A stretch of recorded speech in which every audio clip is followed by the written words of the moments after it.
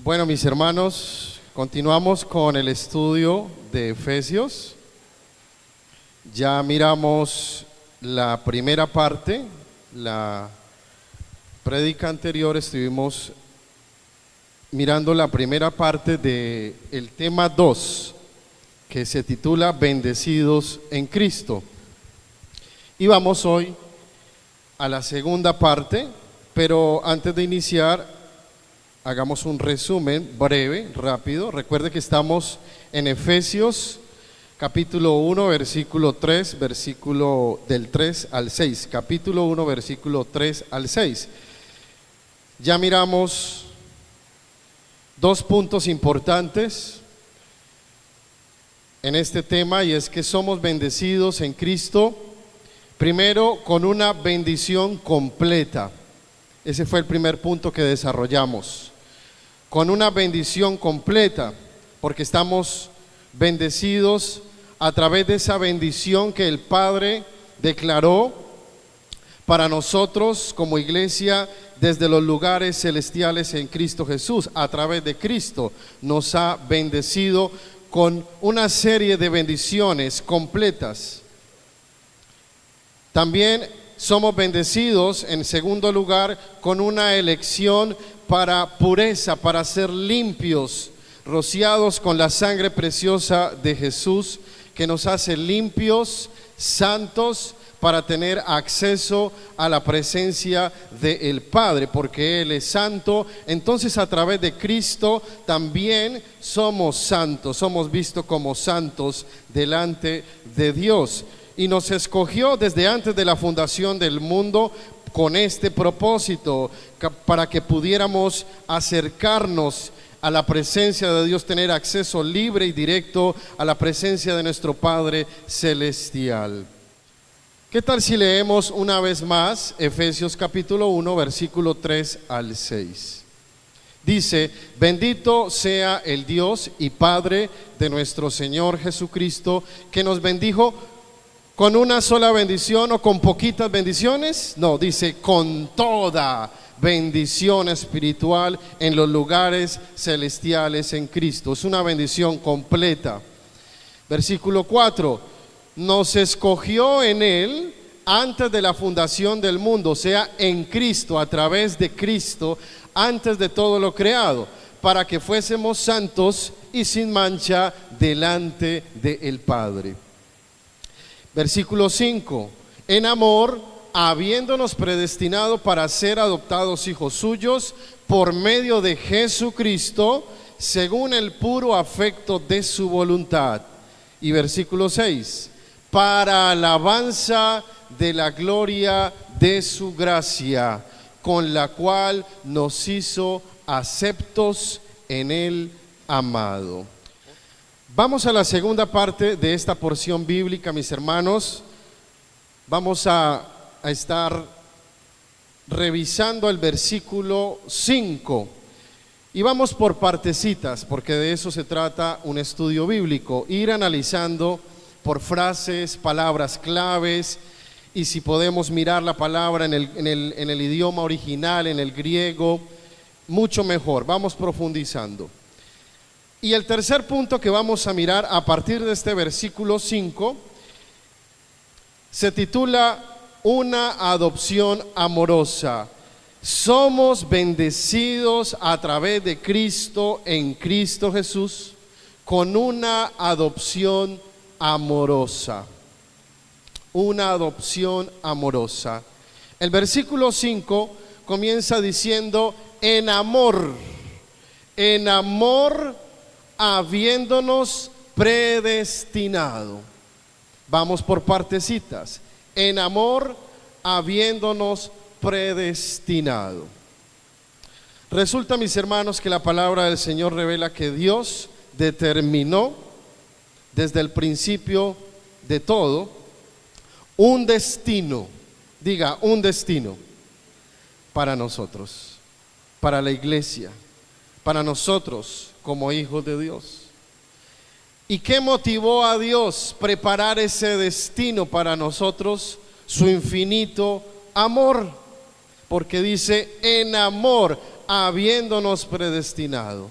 Solo por ese amor que Dios tiene, que Dios es, prepara un destino para nosotros desde antes de la fundación del mundo. Hermanos, el amor de Dios es incomprensible, más allá de nuestra capacidad para lograr entenderlo. Y decimos y creemos que gracias a Él, gracias al amor de Dios, por ese amor sobrenatural que Dios tiene por nosotros, sus hijos, su iglesia, su pueblo escogido, es que podemos tener un destino final seguro, una salvación segura en el reino de los cielos, por los siglos de los siglos, por toda la eternidad junto a Él. Y sabemos a dónde vamos, y sabemos desde ya, como pueblo escogido, a dónde iremos a estar con nuestro Rey por la eternidad. Y tenemos ese destino, ese propósito, esa esperanza en Dios, no en nosotros, no a partir de lo que nosotros somos o podamos hacer para ganarnos ese destino, sino a partir del amor de Dios. La versión Dios habla hoy dice: por su amor nos había destinado. Por su amor, no es porque eres muy lindo, muy inteligente, muy capaz, muy sabio, muy santo, muy bueno. No, es por el amor de Dios que Él te había ya destinado para ser hijo de Dios, para ser salvo. La palabra amor en el griego significa ágape. En este versículo aparece la palabra para amor, el término ágape en griego, que significa afecto incondicional. Afecto incondicional es la disposición a dar todo sin nada a cambio. Ese es el amor de Dios que nos muestra a nosotros, un amor ágape, es decir, un amor que es ¿qué? Incondicional, que no depende de nosotros, sino de Él, y que Dios hace todo lo que hace por nosotros sin esperar nada a cambio de nosotros. Es un amor incondicional, no es como el amor que es humano. El amor humano es condicional, dependiendo de las circunstancias, dependiendo de lo que el otro me pueda dar o ofrecer o hacer, entonces yo lo amo. Así no es el amor de Dios es ágape, un amor incondicional. Ese es el verdadero concepto del amor. Y se basa en el amor de Dios, no como el mundo lo define, de manera emotiva. Cuando hablamos de amor, creemos que es algo emocional, es algo superficial, es algo sentimental. Pero así no es el amor de Dios. El verdadero amor tiene que ver con entregar a otro todo de mí sin esperar nada a cambio, sin intereses posteriores, sin motivaciones escondidas o razones que hacen merecer ese amor recibido. Así no es el amor de Dios. El amor de Dios es incondicional. ¿Por qué es incondicional? Porque Él sabía anticipadamente que al entregarnos ese amor, nosotros no se lo podíamos devolver de la misma manera. Así nos amó Dios, de tal forma, y estuvo completamente dispuesto a entregarlo todo para nosotros, a crear un plan de salvación maravilloso por sus ovejas, por su iglesia, por sus escogidos, aún sabiendo desde antes que no lo íbamos a corresponder de la misma manera. Ese es el amor ágape, el amor de Dios. Ese término ágape también aparece en Romanos capítulo 5, versículo 5, que dice: el amor de Dios, el amor ágape de Dios ha sido derramado en nuestros corazones por el Espíritu Santo que nos fue dado. ¿Cuántos tienen el Espíritu Santo? Esa es la mayor muestra de amor de Dios para ti. Si tienes al Espíritu Santo, es porque Dios te ha escogido para salvación, produjo en ti arrepentimiento, naciste de nuevo y recibiste el regalo y el don del Espíritu Santo. Ha sido derramado el amor de Dios en tu vida. En Juan capítulo 3, versículo 16 también aparece el amor ágape de Dios, cuando dice: porque de tal manera amó Dios al mundo, que ha dado a su Hijo unigénito, para que todo aquel que en él cree no se pierda, mas tenga vida eterna. Algunos teólogos dicen que en el pasaje de Juan 3:16 está resumido todo el Evangelio, el versículo central del Evangelio.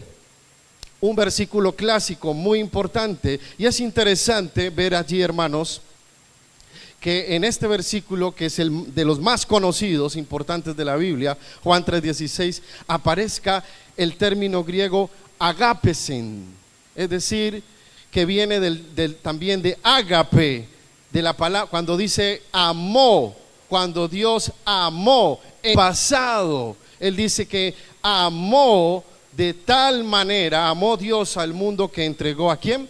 A su Hijo unigénito.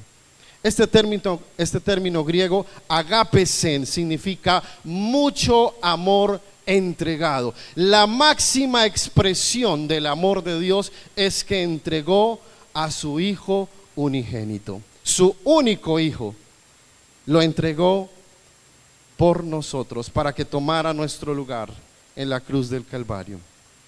Hermanos, cuando vemos esto, esa expresión de amor de Dios tan enorme, tan grande, tan maravillosa, debemos valorar profundamente el amor de Dios por nosotros, de manera particular, de manera especial, de manera individual, de manera muy particular, y decir: Señor, gracias porque me amaste a mí.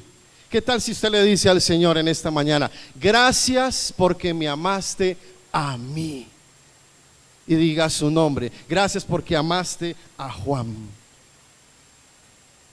De manera particular, a usted Dios lo amó y lo escogió desde antes de la fundación del mundo, para que usted creyera y fuera parte de la iglesia de Cristo. Y por dos razones sumamente importantes debemos valorar ese amor de Dios por nosotros. Primero, porque es un amor inmerecido. No lo merecemos. Nosotros, los cristianos, los hijos de Dios, también estábamos destituidos de la gloria de Dios, porque nacimos con una naturaleza pecadora. Pero aún así Dios, en su soberanía, nos quiso escoger para salvación, aun cuando estábamos muertos en nuestros delitos y pecados. Y en su tiempo no produce arrepentimiento en nosotros para conversión. Es algo que nosotros no merecemos. Y en segundo lugar, debemos valorar el amor de Dios por nosotros de manera particular y sentirnos privilegiados. ¿Cuántos se sienten privilegiados de que Dios los amó? Yo me siento privilegiado de que Dios me haya amado con un amor eterno. Es un amor que es eterno, y también es un amor que es exclusivo.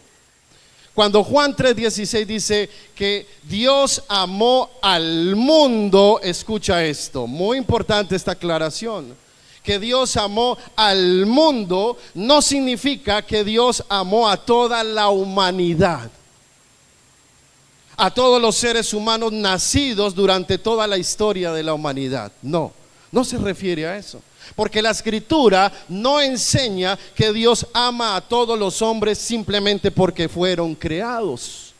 Recuerde que una cosa es ser criatura de Dios, creación de Dios, y otra cosa es ser hijo de Dios. ¿Cuántos son hijos de Dios aquí? Entonces Dios nos ama porque somos hijos de Dios. No dice la Escritura que porque fuimos creación de Dios nos ama. No, porque si así fuera, entonces estaríamos creyendo una gran herejía que se llama el universalismo, que es lo que enseña precisamente la Iglesia Católica, que quiere decir que como Dios ama a todos los seres humanos porque son creados por Él, entonces todos también son hijos de Dios y entonces también todos se salvarán por igual y al final todos irán al cielo sin importar si creyeron o no creyeron en Cristo. Y eso no es lo que enseña la Escritura. Y el que afirme y crea esto, hermanos, está haciendo una mala interpretación teológica, sin exégesis y sin tener en cuenta todos los pasajes bíblicos que hablan del plan de redención. No podemos sacar un texto fuera de contexto y no podemos negar lo indispensable que es la fe que Dios mismo produce en el elegido por Dios para salvación, para que crea en Cristo y pueda ser salvado. Tiene que haber un proceso. No cualquiera es hijo de Dios. Por eso es una salvación exclusiva y excluyente, y por eso nosotros debemos sentirnos privilegiados. Pero lo más grave es que si creyéramos en el universalismo, estaríamos negando la eficacia de la muerte vicaria de Cristo. La estaríamos negando. ¿Por qué? Porque si el hombre se salvara solo porque es criatura de Dios, entonces en vano murió Cristo. Y también en vano sería el nuevo nacimiento por el Espíritu Santo. ¿Para qué? ¿Para qué vino Cristo a morir? ¿Y para qué tendríamos nosotros que ser nueva creación o nacer de nuevo? Si todos los hombres creados, simplemente por ser creados, se pueden salvar. Cualquier persona se salvaría entonces solo porque es creación de Dios, sin ser una persona redimida, regenerada, que ha recibido una nueva naturaleza por el poder del Espíritu Santo. Pero lo que enseña la Biblia es que es necesario, diga necesario, el nuevo nacimiento. Es necesario para poder ser salvos. Por eso dice el versículo al final, para que todo aquel que en Él cree, hay que nacer de nuevo, creer en Cristo. El nuevo nacimiento se produce cuando creemos con plena certidumbre de fe en la muerte y resurrección de Cristo y lo reconocemos como nuestro único y suficiente Salvador de manera personal, de manera particular, de manera individual. No creas que porque tus padres son cristianos, entonces tú por ende también eres cristiano. No, tú necesitas a Cristo y reconocer a Jesucristo como tu Señor y Salvador de manera personal, individual, particular. Y estas personas, según lo que enseña la palabra de Dios, estas personas que nacen de nuevo porque creyeron en Cristo, son la iglesia de Cristo. Ellos son denominados los hijos de Dios, la iglesia de Cristo, porque el Padre los predestinó para ser salvos desde antes todo lo creado. Cuando Juan 3:16 dice que Dios amó al mundo, escuche esto, muy importante, y esto es un recurso, una herramienta teológica que usted debe aprender cuando tenga que debatir o tenga que defender su fe cristocéntrica y bibliocéntrica. Cuando Juan 3:16 dice que Dios amó al mundo, se refiere a que en el plan de salvación de Dios, Él no hace acepción de personas de manera geográfica. De manera geográfica, es decir, que Dios salva a cualquier persona sin ninguna condición humana, sin importar su raza, sin importar tribu o nación, de dónde sea, de qué país sea esa persona. Por ese amor maravilloso que Él es en esencia, Dios extiende su plan de salvación a cualquier persona, sin importar si es judío o si es gentil. De eso se trata cuando dice Dios amó al mundo. Porque el plan de Dios inicialmente en el antiguo pacto era para el pueblo judío, para los israelitas. Pero después, a través de Cristo, extiende su plan de salvación al resto del mundo, del globo terráqueo, a todas las personas que existen en cualquier parte del mundo. Pero la pregunta es, ¿todos se salvarán? Claro que no. ¿Por qué? Porque la palabra dice que solo se salvarán los que creen en Cristo. ¿Cuántos dicen amén? Recordemos que la Escritura también enseña que todos están destituidos de la gloria de Dios, todos los seres humanos. Por lo tanto, asimismo, todas las personas de cualquier parte del mundo están bajo la ira de Dios por su pecado. Están bajo la ira de Dios por su pecado. Sin embargo, por ese mismo amor que Él es en esencia, hace un plan de salvación desde la eternidad. Ya Dios tenía todo planificado desde antes, escogiendo a un pueblo especial que se llama la Iglesia de Cristo. Y a estos, solo a estos, los que Él eligió para salvación de cualquier parte del mundo, a estas personas de manera privilegiada y exclusivas serán las ovejas del Señor Jesucristo, las cuales ninguna se perderá, porque el Padre se las dio a Cristo. En amor habiéndonos predestinado, dice el versículo 5. Esa palabra predestinado en griego es priorizas, que significa por adelantado, de manera anticipada. De manera anticipada Dios determinó nuestro destino. Y esto es algo que está en la Biblia y es algo que no podemos negar. Que Dios se adelantó a establecer un propósito de vida, de existencia final, mucho antes de que nosotros pudiéramos dañar ese propósito. Porque Él también sabía desde antes que si Él mismo no se adelantaba a darnos ese destino, aun si nosotros lo hubiéramos dañado por rebelión debido a esa naturaleza caída, entonces nosotros hubiéramos sido absolutamente toda la humanidad condenados en el infierno por nuestro pecado. Pero Él se adelanta y prepara un destino para nosotros y envía a su Hijo y envía al Espíritu Santo para que nos mantenga en santificación, preparándonos para el regreso de nuestro Señor Jesucristo y nos podamos ir con Él a reinar por siempre. Amén. Entonces, de manera anticipada Dios planeó todo. Hechos capítulo 4, versículo 27 al 28. Mire usted cómo Dios planifica todo. Aún la muerte de Cristo fue planificada, porque verdaderamente se unieron en esta ciudad contra tu santo Hijo Jesús, a quienes ungiste, Herodes y Poncio Pilato, con los gentiles y el pueblo de Israel, para hacer cuanto tu mano y tu consejo habían antes determinado. Allí dice prioricen, antes determinado que sucediera. La muerte del Señor Jesucristo ya había sido determinado por Dios. Así el Padre no quisiera, porque era su Hijo. Así Jesús mismo no quisiera morir en la cruz, porque le pregunta al Padre antes de morir que si había otra manera de hacer las cosas.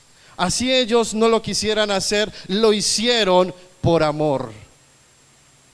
Y también Romanos 8:29 dice, porque a los que antes conoció, también los predestinó, es decir, tú y yo, los privilegiados, los que hacemos parte de la iglesia de Cristo, los que creímos en Cristo. Dice a esos que Dios vio desde antes de la fundación del mundo, los predestinó, les dio un destino preparado para que fuesen hechos conforme a la imagen de su Hijo, para que en él sea el primogénito entre muchos hermanos. Dios ya nos conocía, pero no solamente nos conocía, sino que también nos predestinó, preparó con anticipación un destino para nosotros. Por eso, si tú eres hijo de Dios, toda la gloria es de Dios. Si tú eres hijo de Dios, no puedes decir soy hijo de Dios porque yo escogí a Dios, porque yo amé a Dios. Si tú estás aquí, es porque Dios te escogió a ti para ser hijo de Dios, y toda la gloria es de Dios. Amén. El versículo 5 termina diciendo: para ser adoptados hijos suyos según el puro afecto de su voluntad. Para ser adoptados hijos suyos según el puro afecto de su voluntad. Yo creo, hermanos, que uno de los actos de amor más grande que puede existir es la adopción. Porque cuando somos padres, genéticamente hablando, sabemos que ese niño o esa niña es nuestro hijo, porque lleva nuestra sangre, nuestros genes, y claro, lo amamos, porque es un hijo original, por decirlo así. Lo amamos, y debemos amarlo y cuidarlo, protegerlo y proveerle. Pero, ¿qué amor tan grande cuando una persona, un hombre o una mujer, adoptan a un niño que no es su hijo? Qué acto de amor tan enorme, porque no es su hijo, no tiene una responsabilidad con ese niño, pero aún así lo adopta como su hijo. Es un acto de amor impresionante. Y esto es lo que hizo nuestro Padre Celestial, porque no éramos hijos, estábamos destituidos de su gloria. Éramos criaturas, pero no hijos. Sin embargo, decide adoptarnos como sus hijos por el puro afecto de su voluntad. Es decir, el destino que Dios determinó anticipadamente para nosotros era adoptarnos como hijos suyos. Y esa fue una decisión tomada por iniciativa de Dios, por iniciativa de Él mismo. Nadie lo obligó, nadie lo presionó. Él lo quiso así. Por eso nadie puede contender contra Dios y decir: ¿por qué haces esto o aquello? ¿Por qué escogiste a unos para salvación y a otros no? No lo podemos desafiar, no lo podemos retar, no lo podemos enfrentar y cuestionar, porque fue su voluntad como Él lo determinó. Por el puro afecto de tu voluntad, de su voluntad, determinó amarte a ti y adoptarte a ti como su hijo. El término adoptados en griego es iotesiam. El término que aparece allí para adoptados es iotesiam, que significa adopción divina como hijos. Adopción divina como hijos. Entonces, nuevamente reitero este concepto para que nos sintamos privilegiados por ser hijos de Dios, elegidos para salvación. Aunque Dios nos creó inicialmente dándonos la vida física, por la caída adámica, la caída inicial que fue transmitida de generación en generación por nuestros genes físicos, todos fuimos destituidos de esa posición inicial que tuvo Adán y Eva como hijos creados de Dios. En Edén estaban ellos frente a Dios, teniendo una relación directa con Dios, una comunión perfecta con Él. Pero eso se perdió definitivamente, de manera definitiva, porque Dios también es un Dios de justicia, es un Dios de amor, pero es un Dios de justicia, y Él no pasará por inocente al pecador, dice la Escritura. Cuando ellos pecaron, perdieron todos los privilegios, fueron destituidos, fueron echados del huerto del Edén.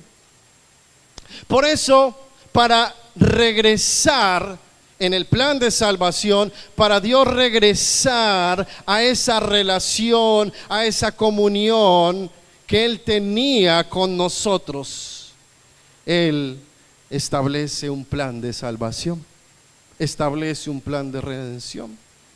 Y Él tenía que recibirnos, ahora era a través de la adopción, porque ya habíamos sido destituidos. Entonces ahora nos tienes que volver a adoptar. Ese es el concepto de la adopción, y eso se originó en el corazón de Dios. Amén. Gálatas capítulo 4, versículo 4 y 5 dice: pero cuando vino el cumplimiento del tiempo, Dios envió a su Hijo, nacido de mujer y nacido bajo la ley, para que redimiese a los que estaban bajo la ley, a fin de que recibiésemos la adopción de hijos. Aparece la palabra iutesian, adopción de hijos. Y Romanos 8:15 dice: pues no habéis recibido el espíritu de esclavitud para estar otra vez en temor. Ya no estamos bajo condenación, sino que habéis recibido el espíritu de adopción, iutesian, por el cual clamamos: Abba Padre. Abba Padre. Abba es un término cariñoso que usan los judíos para referirse a Jehová, a su Dios. Abba Padre es como decir: papito mío, papito Dios, hermoso, precioso. Abba Padre. Solo podemos decir al Padre, Abba Padre, los que somos adoptados como hijos de Dios. ¿Cuántos son adoptados como hijos de Dios? Diga: Abba Padre, Él es mi Padre. En cuarto lugar y último punto, somos bendecidos en Cristo con un propósito divino. Somos bendecidos en Cristo con un propósito divino. El versículo 6 dice que fuimos predestinados, en amor predestinados, para alabanza de la gloria de su gracia. Para alabanza de la gloria de su gracia. Finalmente, hermanos, la razón por la cual Dios hizo todo lo que hizo por nosotros en amor, predestinándonos para adoptarnos como hijos suyos, era para que le alabáramos, para que le adoráramos, reconociendo su grandeza, reconociendo su amor incondicional. ¿Y cómo hacemos eso? A través de una comunión directa con Él.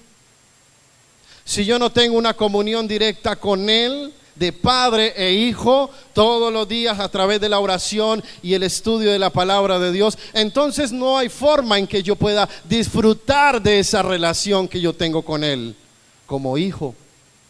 Necesito tener una comunión con Él y alabarle, deleitarme en su presencia, en su palabra, en su amor. Yo tengo que disfrutar de esa relación con mi Padre Celestial. Para eso nos eligió, nos predestinó, nos salvó, nos redimió, nos entregó todo ese paquete de bendiciones para alabanza de la gloria de su gracia, para reconocer esa gracia maravillosa, sobrenatural, inmerecida que ha tenido Dios por nosotros. ¿Cuántos están agradecidos por el amor de Dios, la gracia de Dios? Alabanza, el término en griego que aparece allí para alabanza es epainon. epainon, que significa dar loor, reconocer públicamente con entusiasmo las virtudes de alguien o de algo. Por eso nos reunimos a alabar al Señor cada semana y adorarle, y le cantamos con nuestras voces, instrumentos, con la música, con la ofrenda, con todo acto de adoración. Estamos rindiéndonos a Él y reconociendo su grandeza y su amor. Pero ¿por qué hacemos esto? Al saber, hermanos, que fuimos adoptados y que no lo merecíamos, y que fue de manera particular, tú y yo, y entendemos cómo fue que ocurrió esto. Lo único que puede salir de nosotros, hermanos, hacia Dios es una expresión de alabanza, es una expresión de reconocimiento, y con entusiasmo, con gozo, por el gran amor de Dios derramado sobre nosotros, por esa maravillosa bondad que nosotros no merecíamos, porque merecíamos era ser castigados y condenados eternamente por nuestro pecado. El versículo 6 termina diciendo, dice, con la cual nos hizo aceptos en el amado. Leámoslo una vez más completo. Para alabanza de la gloria de su gracia, con la cual, con esa gracia, nos hizo aceptos en el amado. A través de Cristo, Dios nos acepta, y acepta esa alabanza. Acepta que nos acerquemos a Él y que tengamos comunión con Él. Pablo aquí nos recuerda una vez más, hermanos, que nosotros fuimos aceptados por Dios, y solo por su gloriosa gracia. Recuerde que gracia es recibir algo que no merecemos, algo que es gratuito, pero no lo merecemos. Y recibimos esa aceptación y esa adopción no por nuestros esfuerzos humanos, no porque obedezcamos mucho, no porque seamos muy santos y muy buenos. Lo recibimos por su gracia, no por nuestros méritos espirituales, creyendo muchas veces, y ese es un grave error, creyendo que somos merecedores de ser recibidos por Él. Pero realmente lo que enseña la palabra de Dios es que únicamente por medio de la obra redentora de su Hijo Jesucristo, tú y yo, elegidos por Dios desde antes de la fundación del mundo, tenemos la oportunidad de regresar a Dios, de regresar a esa condición perfecta de relación que tenía Adán y Eva en el huerto del Edén inicialmente, y tener comunión con nuestro Padre Celestial. Abba Padre, ser aceptados por Él, permitiéndonos tener esa relación con Él, esa relación y esa comunión que se había perdido al principio. A través de Cristo podemos regresar a casa. La reflexión que podemos hacer en esta mañana, mis hermanos, de este segundo tema de Efesios, y es que a través de este pasaje, la Escritura nos enseña, hermanos, que fuimos bendecidos espiritualmente a través de Cristo. ¿A través de quién? De Cristo. Escogiéndonos antes de todo lo creado, purificándonos con su preciosa sangre, nos hizo puros y sin mancha delante de Él, determinando desde antes de todo lo que existe nuestro destino, solo por el amor de Dios, adoptándonos como hijos, porque Él lo quiso así, de tal manera que al final se restaurara nuestra relación y comunión con Él, y así podamos alabarlo, reconociendo su gloriosa gracia por la cual nos aceptó en Jesucristo. ¿Qué aplicación, hermanos? Usted puede decir, bueno, ¿Y cómo aplico esto a mi vida? ¿Qué aplicación práctica usted le puede dar a esto? Hermano, si tú estás en Cristo como un verdadero y como un genuino creyente, nacido de nuevo por la fe, entonces mírate como Dios te mira. ¿Cómo te mira Dios? Como su hijo totalmente aceptado. Ya no más rechazado, ya no más destituido de su gloria, ya no más alejado de su presencia, sino en libre y directa comunión con Él. Y debes recordar siempre, hermano, ese destino que Dios preparó para ti, que Dios determinó para ti, por su gracia, por su amorosa gracia. Y debes alabarle siempre con pleno entusiasmo, reconociendo ese incomprensible amor incondicional de Dios. Cada vez que vengas a la iglesia tienes ese motivo, esa y muchas más razones para alabar a Dios y decirle gracias por escogerme, por perdonarme, por redimirme, por predestinarme, por aceptarme, por hacerme tu hijo.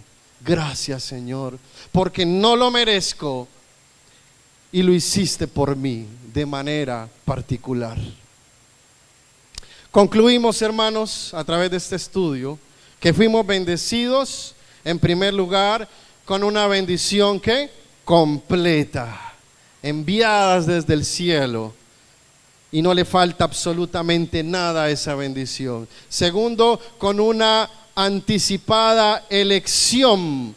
¿Para qué? Para pureza, para ser puros, para ser limpios, santos y sin mancha delante de Él y poder tener acceso a su presencia. En tercer lugar, fuimos bendecidos en Cristo con una adopción caracterizada por un amor incondicional para convertirnos en sus hijos. Y en cuarto lugar, somos bendecidos en Cristo con un propósito final divino, dándole a Dios toda nuestra alabanza y reconocimiento por su gloriosa gracia. ¿Cuántos dicen amén?